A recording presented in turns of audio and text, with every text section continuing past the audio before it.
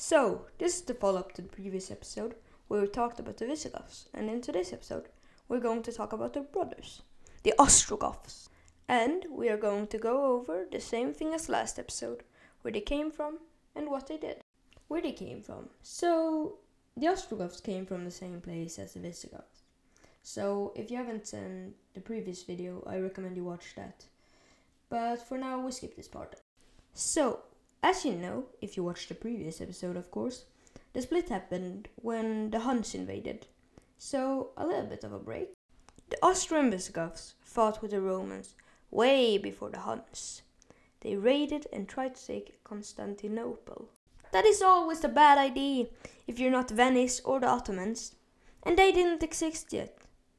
So it went like shit. But they had an impressive navy. And they were sometimes called kingdoms on the sea. So, back to the video. The Huns came in 375 and conquered them. So, now they were a puppet of the Huns.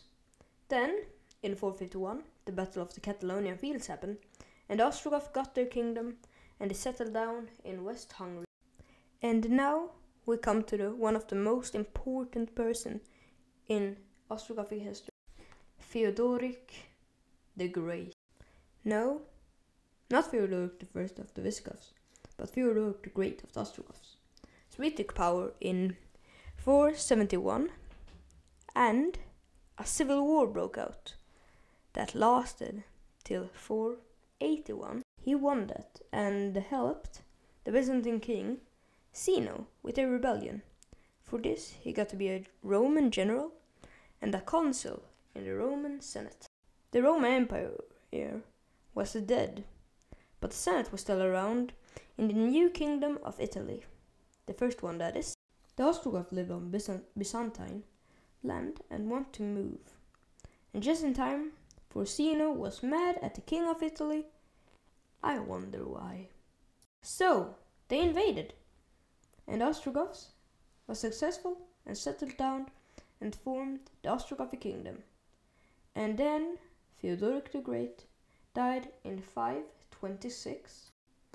And then the kingdom got in trouble, and the Byzantine Emperor Justinian sent his best general Belisarius to take Italy, and that he did, and dissolved the Ostrogothic kingdom, and that's the end of the Ostrogothic tale.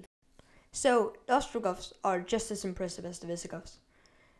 And the thought that some guys in Sweden could conquer both Italy and Spain is just impressive. This was IVTM, and I'll see you guys in the next video. Bye bye.